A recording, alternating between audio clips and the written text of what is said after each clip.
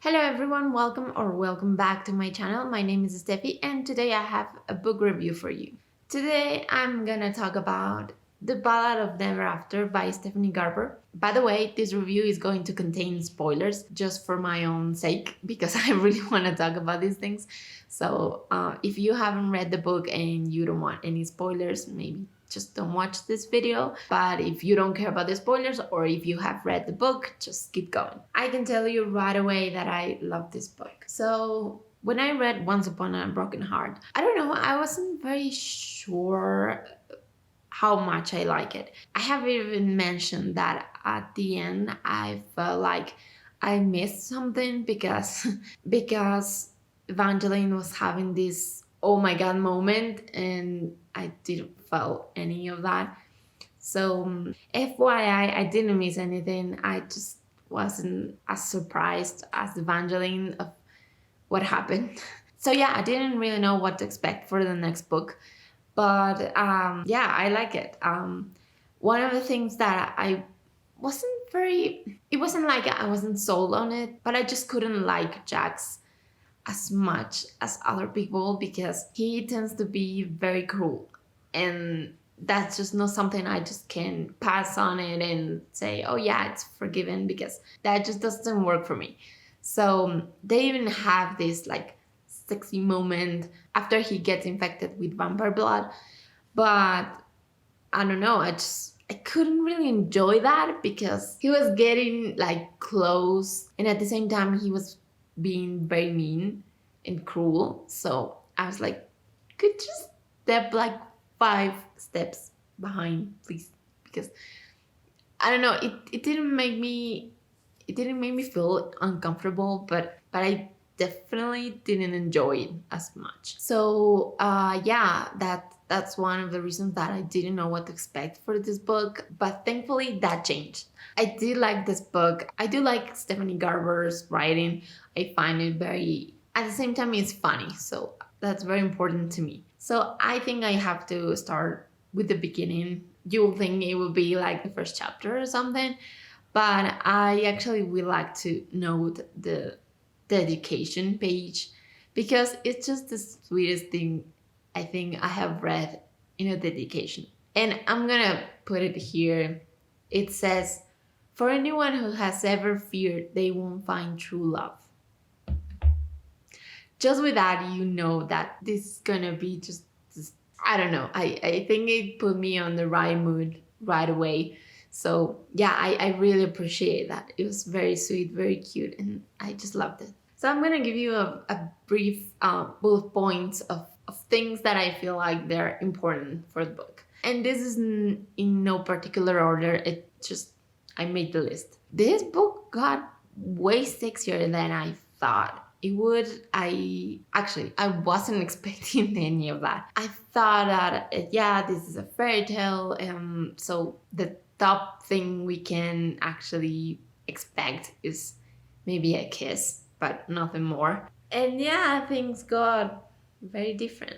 Also, it got a lot darker than I thought it would. I would never thought that it would be a murder in this. And yeah, that was shocking. That was something that it wasn't really work on the character.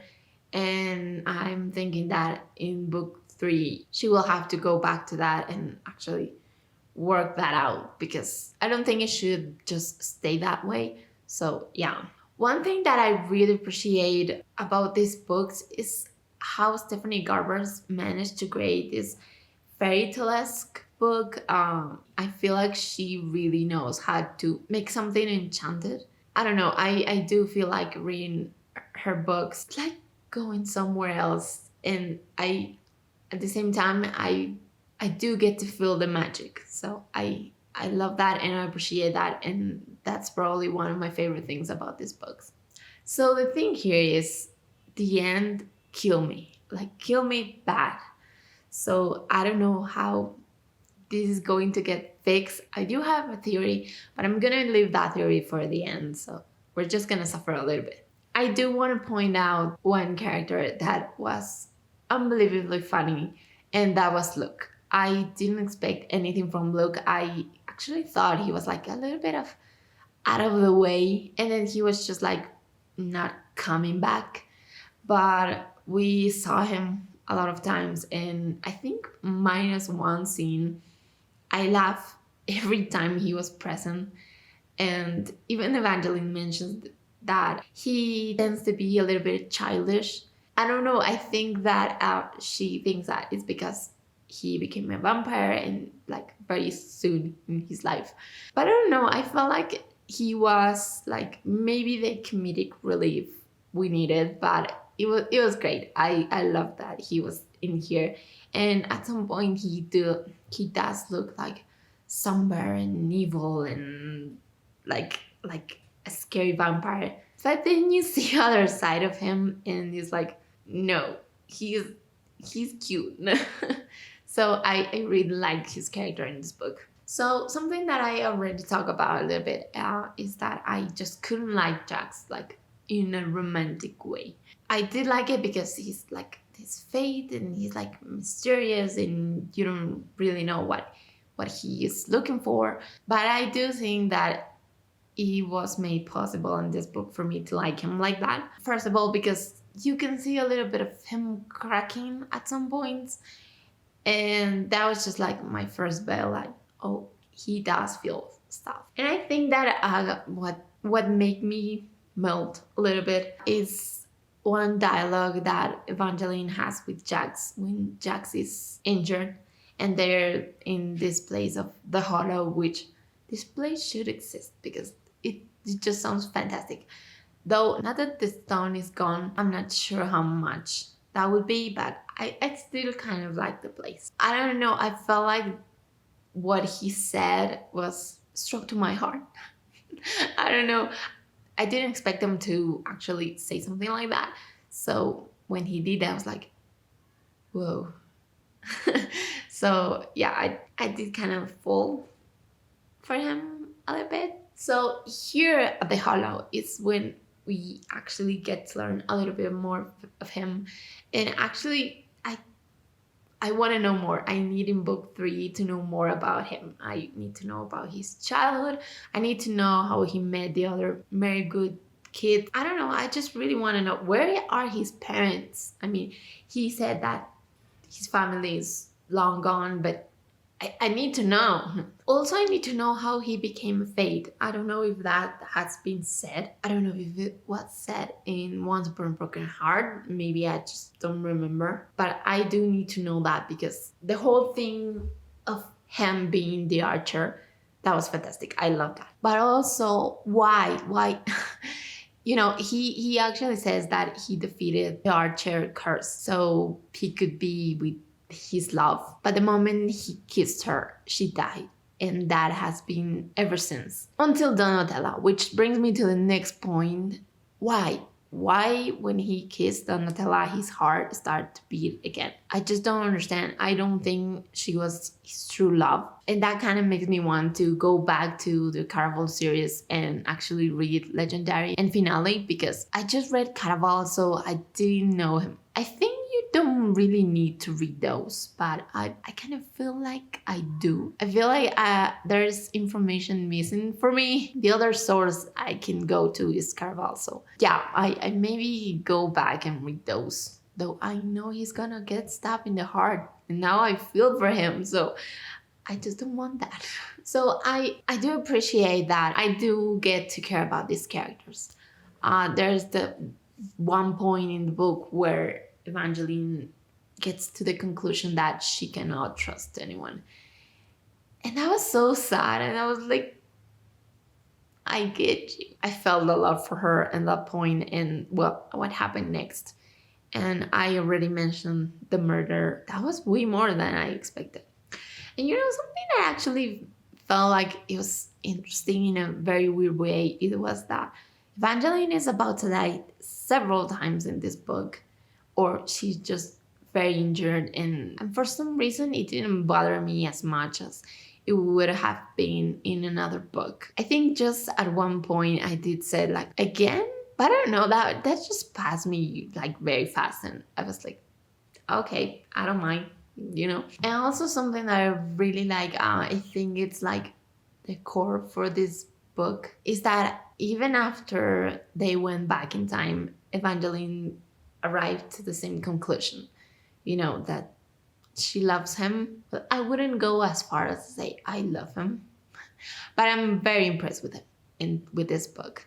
The fact that he gave up his dream, hope, second chance for her, that did something to me. I'm gonna be honest. I wouldn't say I love him yet. Yeah, she did say that, and there's like a quote of love is always gonna win as long as they are willing to fight for it. And I'm like, they both did. That was very sweet. And of course, what happened at the last minute and Apollo comes back and erase her memories, that was like, why? I get why. I get why. But yeah, that was mean. So now I'm gonna give you a bunch of questions that I have. Hopefully all of these answers will be given in book 3, but we'll see. So my first question, again, in no particular order, is where the heck is Tiberius? He got out and we didn't know anything about that. So I'm hoping that will be answered in book 3. Now, who helped Apollo to remove Evangeline's memory? I don't think he can do that on his own. So I have a theory that maybe the Valors. That's the only people I can think about. Maybe also, where's Havelock? Because he disappeared at the beginning of the book and we never heard from him again. And he had something to say. And maybe it was that Apollo was awake. But maybe it was something more because we just lost him. Also at the beginning, there was like an specter or something like that, a little bit of a ghost.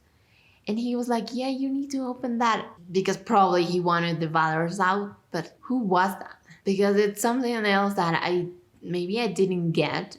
Or I don't know. I really don't have that answer either. So I don't know. Even I feel like maybe I have to go to Once Upon a Broken Heart and look that up when they're in like the library or something. Because I'm clueless. Okay, so this is something that I have already mentioned. But why the first fox died when Jax kissed her? I was like, maybe that's like a consequence of him defeating the Archer's curse? Or what? Because I just don't get why that happened. Okay, so at one point, Apollo gets like captured and tortured, and I'm like, who captured him? We never knew that. And Jack sent Luke to find Chaos and for him to help and blah. And I'm like, what if it was Chaos who had him? I don't know why, but I think that it might have been him because he needed the arch open. I don't know if that makes sense, honestly, but my other theory is that probably was Tiberius and the whole order that I don't remember what they're called. The only point with that, it was for them to go to the Hollow. And he did say a couple of things along the way. Totally worth it, but I'm not really sure how important is that, the whole torture of Apollo, because who would do that to him? I just don't get it. So my last question, no, forget that, not my last question. What happened to Jax at the end? Evangeline saw blood, like golden blood. So my theory is that he's probably hurt from Chaos or Castor. But I don't think it's like badly injured. Maybe he like a fate got away like in time, like he's hurt but he's fine at the same time. So that's my theory. Now, one of my big questions is what is going to happen with the Valors? At one point, I was very confused why Chaos gave the throne to Luke. But now I'm like, okay, so he was expecting the arch to be open, so his family will come back. And I'm guessing he will take the throne from Luke for them.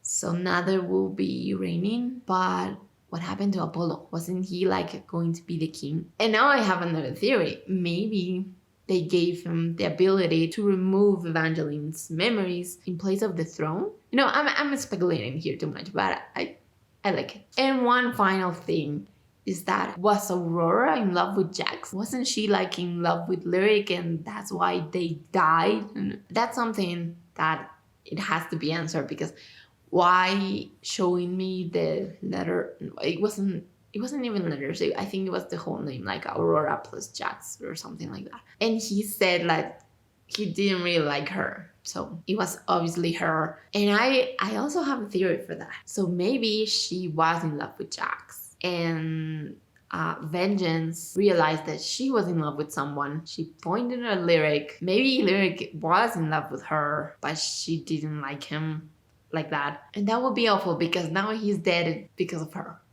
And now I'm worried that she was in love with Jax and will want him back in a very twisted way, because she never had him.